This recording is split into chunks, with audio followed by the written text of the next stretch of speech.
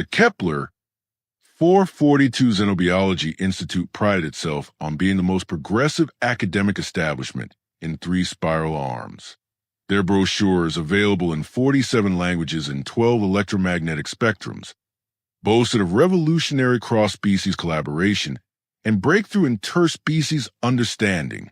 What they failed to mention was that most of their faculty still refer to humans as the bipedal curiosities from a radiation-soaked mudball.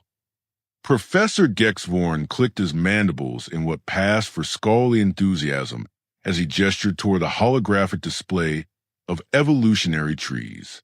The assembled students, a carefully curated mixture of the galaxy's most promising young minds, sat in their species-appropriate learning pods, absorbing knowledge of the dedication that only comes from paying tuition rates that could fund small wars. As we can observe, Gexvorn chittered, his 4 eyes independently tracking different data streams. The so-called Deathworld species demonstrate fascinating but ultimately primitive adaptations to their hostile environments. Note the excessive bone density, redundant organ systems, and hyperactive immune responses. The human exchange student, listed in the roster simply as Research Subject 7, sat in the back corner pod, her fingers moving across a data pad with mechanical precision. She hadn't looked up from her notes in the past 47 minutes, a fact that hadn't escaped the attention of 3 particular graduate students who had been studying her more intently than the lecture material. Observe the muscle fiber density, Gexvorn continued, manipulating a hologram to highlight human musculature, developed for a gravity nearly twice galactic standard. Yet the species appears to have no conscious awareness of this advantage when removed from their hostile environment. Kextalder, a Vorthack whose crystalline form refracted the lecture hall's ambient light into dancing rainbows, pulsed with what his species considered intellectual excitement. His thoughts resonated through his crystal matrix in frequencies that only other Vorthacks could perceive, but his vocalized comment was meant for broader consumption. Professor, isn't it curious how the specimen, the student, demonstrates such docility despite these apparent physical advantages? His voice carried a particular tone of academic inquiry that barely masked personal fascination. Our preliminary observations suggest a remarkable disconnect between evolutionary capability and behavioral expression. The Moralian student, Zevvar, shifted her gaseous form within her containment suit. Her species communicated primarily through chemical releases, but the translation matrix rendered her contributions into standard galactic. Perhaps the evolutionary pressures that created these adaptations also selected for social compliance, a survival trait in a species that evolved in groups. Nil Vertex, the cybernetic Nexury representative, processed this exchange through 17 different analytical frameworks simultaneously. Her augmented consciousness found the entire discussion deliciously ironic, though she kept this observation to herself. Instead, she voiced what her social prediction algorithm suggested would advance the conversation in the most interesting direction. Has anyone actually tested these theoretical capabilities? She inquired, her mechanical voice carrying just enough innocent curiosity to sound academic rather than predatory. I mean, we have extensive theoretical models, but empirical data seems limited. Research Subject 7 finally glanced up from her data pad. Her expression registered the comment with the same detached interest one might show a mildly amusing statistical anomaly. She made a notation on her pad and returned to her work without comment. The human appears remarkably focused, Kextalder observed, his crystalline form shifting to cast light patterns that indicated heightened interest. Professor, what can you tell us about their concentration capabilities? Gexvorn's mandibles clicked approvingly. Excellent question. Deathworld species often demonstrate extended focus periods as an adaptation to environmental threats requiring sustained attention. However, this can also indicate cognitive limitations, an inability to process multiple information streams simultaneously.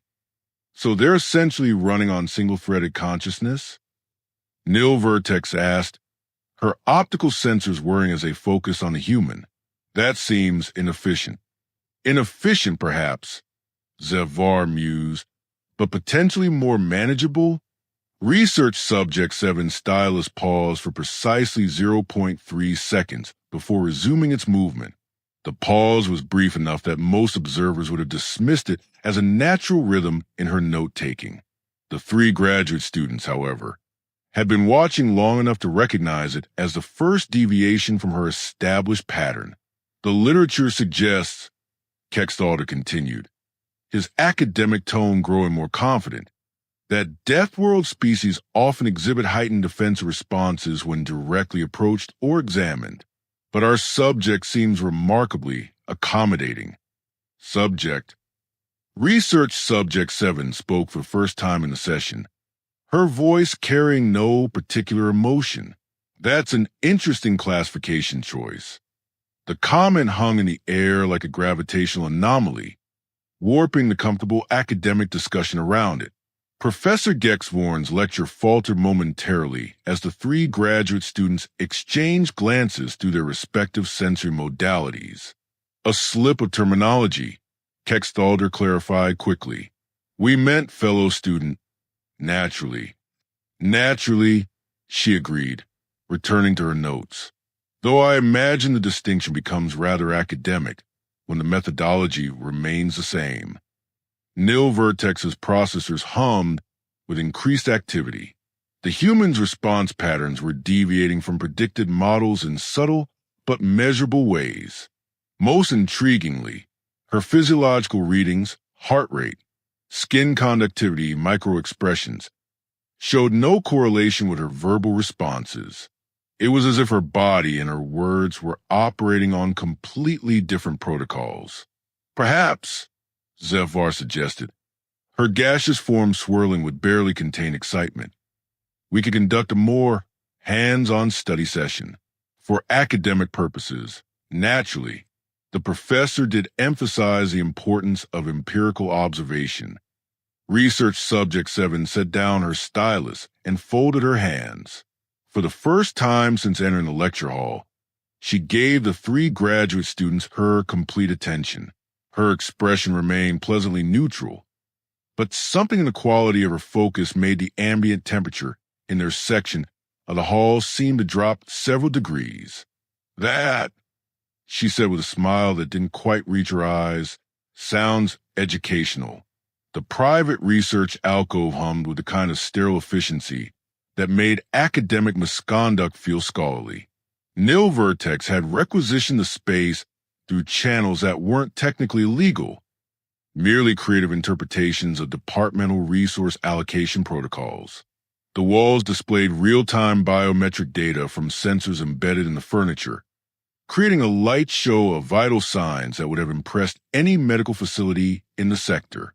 Standard cognition assessment first, Kextalder announced, producing a device that resembled a crystalline spider with too many legs. We'll establish baseline neural activity patterns before proceeding to physical evaluations. Research Subject 7 examined the neural scanner with the detached interest of someone reviewing a restaurant menu. Vorthack design, third generation, originally developed for mining operations before medical adaptation. The neural mapping resolution should be adequate for your purposes, though the invasiveness parameters might exceed university guidelines. Zevvar's containment suit registered surprise through a cascade of yellow chemical indicators. You're familiar with xenotechnology specifications? I read the equipment manuals while you were setting up, the human replied, settling into the examination chair with the relaxed posture of someone attending a routine appointment. Your procurement records are surprisingly accessible through the student network. Administrative oversight appears to be a galaxy-wide constant. Nil Vertex processes information through her threat assessment matrices. The human had conducted intelligence gathering during the transition from lecture hall to research alcove, a span of exactly 14 minutes and 37 seconds. More concerning was the implication that she had anticipated this scenario sufficiently to prepare. Impressive multitasking, Nil Vertex observed, extending several mechanical appendages to attach monitoring sensors. Though I notice your stress indicators remain remarkably stable. Most subjects experience elevated responses during unfamiliar procedures. Most subjects probably don't volunteer for this kind of research, came the reply, accompanied by an arm extended for sensor placement. Tell me, what's your hypothesis? That humans are more resilient than theoretical models suggest, or less intelligent than academic pride requires? The three researchers exchanged what passed for meaningful looks across their respective sensory spectrums. The humans' behavioral patterns contradicted every predictive model they had constructed: compliance without submission, cooperation without fear, intelligence without apparent cunning.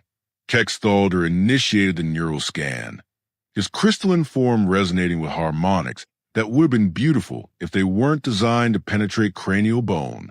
Fascinating. Your neural architecture shows standard mammalian organization, but the activity patterns are unusual.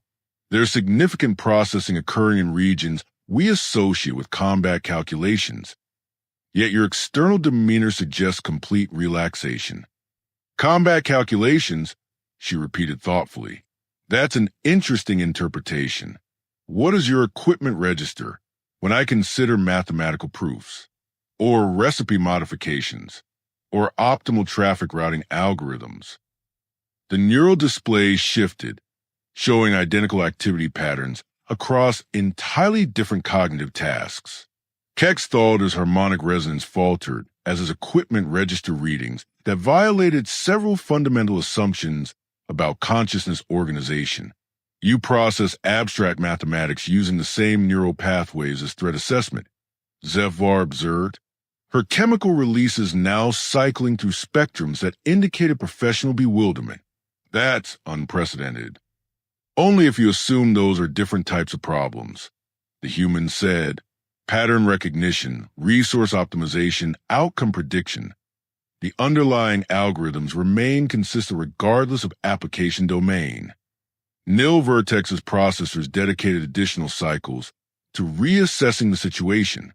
The human was demonstrating cognitive architecture that suggested radically different evolutionary priorities than any other known species. More disturbing was a growing realization that their subject was actively educating them about her own capabilities. Physical assessment protocols, Kexthalder announced, producing instruments that look more appropriate for materials testing than biological research. We need to calibrate theoretical muscle density against actual performance metrics. Naturally, the human agreed, though her tone carried subtle harmonics that Nil Vertex's audio processing flagged as potentially significant. Standard grip strength, reaction timing, pain threshold evaluation. I assume you've calculated appropriate safety margins for your equipment. The question contained implications that sent Zevvar's chemical systems into protective mode. The human was asking whether their instruments could survive the testing procedure, not whether she could. Our equipment is rated for handling samples with twice standard gravity adaptations, Kexthalder replied, his crystalline confidence wavering slightly. Unless theoretical models significantly underestimate. Theoretical models, she interrupted gently, tend to assume linear scaling relationships. Reality prefers exponential distributions, particularly in evolutionary pressure scenarios.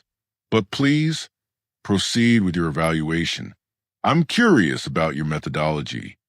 The grip string assessment began with standard parameters, escalating through ranges that should have induced muscular strain in any reasonable organism. The human's readings climbed steadily past theoretical maximums, while her expression remained one of polite academic interest. Intriguing, she commented, watching the display spike beyond instrument ranges. Your calibration assumptions appear to be optimized for average rather than outlier performance, a common statistical oversight in xenobiology research. Are you recording this data for publication purposes? Nil Vertex's threat assessment algorithms were now operating at maximum capacity, generating warnings that she was systematically ignoring in favor of scientific curiosity. The human was demonstrating capabilities that exceeded their safety protocols while maintaining the conversational tone of a helpful librarian. Perhaps we should proceed to reflex testing, Zevvar suggested, though her chemical releases now carried distinctly nervous undertones. Standard stimulus response measurements. Excellent choice, the human replied, settling back into the examination chair, though you might want to adjust your recording parameters. Deathworld reflexes tend to operate outside standard biological response curves. She paused, considering something that made her smile with genuine amusement. Actually, before we continue, have any of you read the literature on predator recognition behaviors? It's quite relevant to interspecies research protocols. The question lingered in the sterile air like a chemical weapon disguised as academic inquiry. None of the three researchers answered immediately, which the human appeared to find mildly disappointing but unsurprising. The silence suggests no, she continued, adjusting her position in the examination chair with fluid economy of movement. Understandable oversight. Most civilized species evolved past the need for such primitive survival mechanisms. Prey recognition becomes irrelevant when you've eliminated natural predators from your environment. Kexthalder's crystalline matrix pulsed with irritation at the implied classification. We're hardly prey animals. Vordhack civilization achieved interstellar capability while your species was still discovering fire. Technological advancement and evolutionary hardwiring operate on different timescales, she replied with the patience of someone explaining basic concepts to particularly slow students. Your civilization is impressive. Your individual survival instincts are quaint. The reflex testing apparatus arrived via automated delivery, wheeled into position by a service drone that departed with mechanical indifference. The device bristled with stimulus generators designed to provoke involuntary responses, light flashes, sonic pulses, pressure variations, electromagnetic fields. Standard neurological assessment tools that have been refined across thousands of species over centuries of research. Remarkable engineering, the human observed, examining the setup with professional appreciation. Though I noticed the maximum stimulus settings are calibrated for pain avoidance rather than pain tolerance. Another statistical assumption that might prove limiting. Zevvar's gaseous form churned with uncomfortable chemicals as she processed the implications. Pain tolerance isn't typically relevant to reflex assessment. We're measuring involuntary neural responses, not conscious endurance. Assuming those represent separate systems, came the mild correction. Deathworld evolution tends to blur such distinctions. When environmental threats operate beyond normal biological ranges, survival often requires conscious override of involuntary protective mechanisms. Nil Vertex's mechanical components whirred as she recalibrated her analysis parameters. The human statement suggested neurological integration patterns that violated fundamental assumptions about consciousness organization. More troubling was her continued willingness to educate them about her own vulnerabilities, or what appear to be vulnerabilities. Initial stimulus sequence, Kexthalder announced, activating the first series of tests. Light patterns designed to trigger defensive blink responses cascaded across the human's visual field in increasingly aggressive configurations. She watched them with the relaxed attention of someone enjoying a particularly artistic fireworks display. Her blink rate remained unchanged from baseline measurements, even when luminosity reached levels that should have triggered automatic protective responses. Curious, Nil Vertex muttered, her vocal processors betraying mechanical uncertainty. Either your protective reflexes are severely compromised, or they're being consciously suppressed. Third option, the human suggested helpfully. The stimulus parameters fall within normal operational ranges for my visual system. Solar radiation on my homeworld operates at significantly higher intensities. Your maximum settings approximate what we consider comfortable indoor lighting. The sonic testing produced similar results. Frequencies that should have induced involuntary startle responses earned only mild interest, as if the human were listening to background music rather than experiencing neurological assault. Fascinating adaptation, Zevvar observed, though her chemical releases now carried distinctly worried undertones. Your sensory systems appear to be calibrated for environmental extremes that would prove lethal to most known species. Most, the human agreed, though I suspect your homeworlds had their own unique challenges. Different evolutionary pressures produce different solutions. Your species developed remarkable intelligence and social cooperation. Mine developed different specializations. Kexthalder's confidence was rebuilding as the testing proceeded. The human's responses, while unexpected, remained within manageable parameters. Her compliance continued absolute, her demeanor unchanged, her cooperation unwavering. Perhaps the initial anomalous readings had been instrument errors rather than genuine cause for concern. Physical stimulus assessment, he announced, producing devices that looked distinctly less academic than their predecessors. Direct neural stimulation through controlled discomfort, standard methodology for mapping pain pathway organization. The human's expression shifted almost imperceptibly. The change was subtle enough that Kexthalder missed it entirely, though both Nil Vertex and Zevvar registered the alteration through their respective sensor modalities. Something in the quality of her attention had changed, not increased exactly, but focused in a way that made the ambient air feel heavier.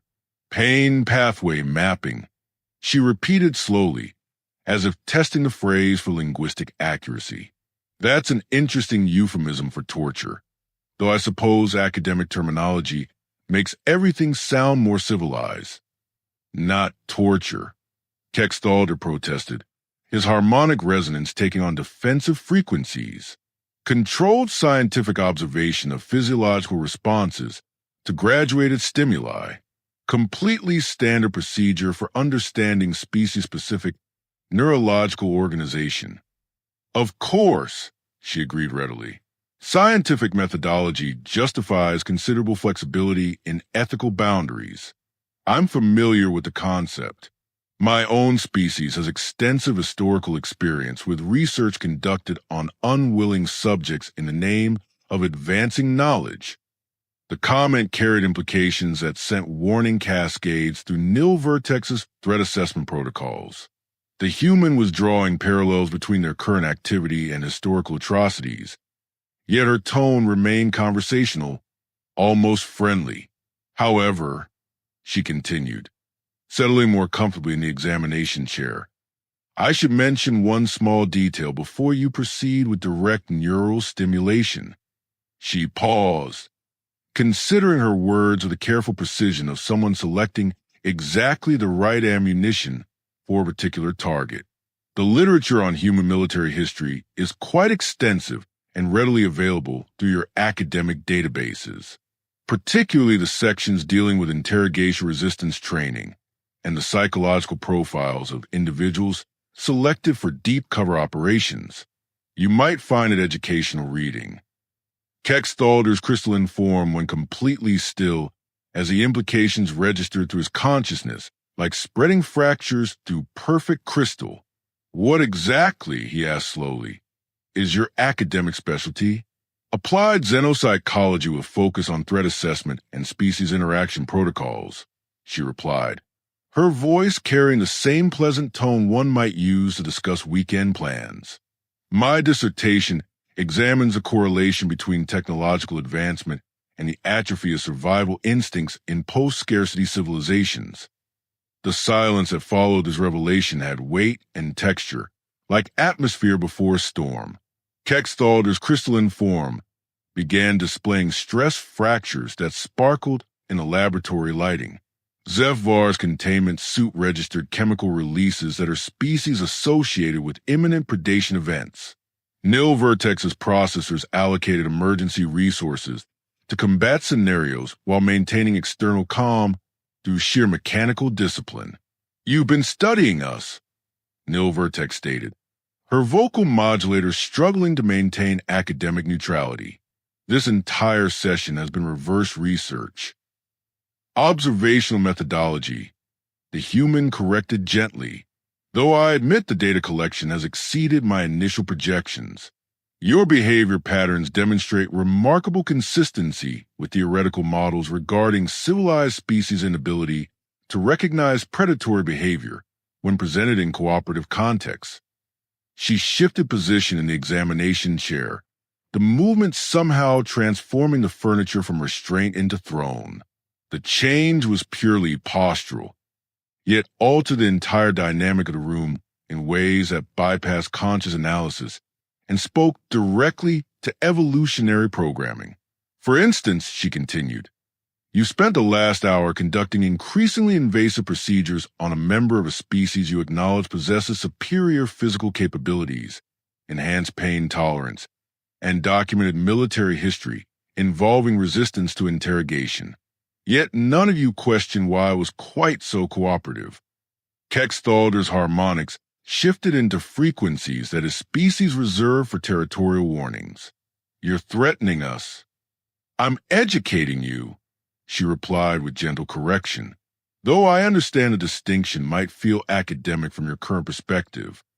The neural stimulation device hummed to life in Kexthalder's grasp, its activation involuntary, a stress response masked as aggressive action. The pain induction field swept across the space, designed to deliver precise neurological discomfort calibrated for maximum effect without permanent damage. The human absorbed the stimulation with the mild annoyance of someone experiencing a brief interruption in their lecture. Her physiological readings registered the neurological assault, acknowledged its presence, and continued operating within normal parameters, as if pain were merely another form of background noise. Interesting choice, she observed, apparently unaffected by sensations that should have incapacitated any reasonable nervous system, though you might want to reconsider the escalation trajectory. My research indicates that cornering predators rarely produces favorable outcomes for the cornering party. Kexthalder increased the stimulation intensity, his crystalline matrix now blazing with harmonic frequencies that bordered on ultrasonic shrieking. The device registered output levels approaching its maximum operational capacity. Enough data? She inquired politely. Then she moved. The motion was economical, precise, and utterly casual. One moment she was seated in the examination chair, apparently restrained by monitoring equipment and stimulation fields. The next moment, Kexthalder's primary crystalline support structure was separated from his resonance chamber with a sound like expensive glassware experiencing sudden contact with concrete flooring. She had never appeared to stand up. The remains of what had been a graduate student in xenobiology scattered across the laboratory floor in fragments that would require significant effort to reassemble. The neural stimulation device continued humming, now directing its output at empty air where its target had been moments before. Cervical displacement, she announced conversationally, settling back into her chair and retrieving her data pad from where she had placed it during the examination setup. Standard technique for rapid incapacitation of silicon-based life forms. The crystalline matrix makes structural failure points quite obvious once you understand the resonance mechanics. Zevvar's gaseous form was attempting to compress itself into the smallest possible volume within her containment suit, a biological impossibility that she was nevertheless achieving through sheer terror-induced molecular cohesion. You killed him, Nil Vertex stated, her mechanical voice processing the information with digital clarity even as her threat assessment protocols screamed warnings that were now entirely too late to be useful. I provided a practical demonstration of the theoretical concepts we were discussing. The human corrected, making notations on her data pad with the same methodical precision she had maintained throughout the session. Academic research benefits from empirical validation of hypothetical models. She glanced up from her notes with the expression of someone who had just remembered an important detail. Oh, And for your future reference, humans don't actually snap necks. That's a theatrical convention. What I did was disrupt his primary structural matrix through applied harmonic resonance, which is considerably more efficient for crystalline life forms. Species-specific methodology is quite important in practical applications. The laboratory's automated systems, designed to monitor students' safety and academic compliance, registered the sudden absence of one set of vital signs and began initiating emergency protocols. Alerts cascaded through administrative networks, summoning medical assistants and security personnel to investigate what the systems classified as an unexpected cessation of biological function during routine academic activity. I believe this concludes our research session, the human said, gathering her materials with the unhurried efficiency of someone whose schedule is proceeding exactly as planned. Thank you for your participation in my dissertation research. The data on post-scarcity civilization threat recognition deficits should prove quite valuable to the academic community. She paused at the laboratory door, considering something that apparently amused her. The really fascinating aspect of this whole interaction isn't that you failed to recognize the predator in your midst. It's that even now, with empirical evidence of your miscalculations scattered across the floor, you're still processing this as an academic exercise rather than a survival scenario. The door sealed behind her with the soft whisper of pressurized atmosphere, leaving two survivors alone with the educational materials that had once been their colleague and the growing realization that their understanding of the universe had been significantly more limited than their university brochures had suggested.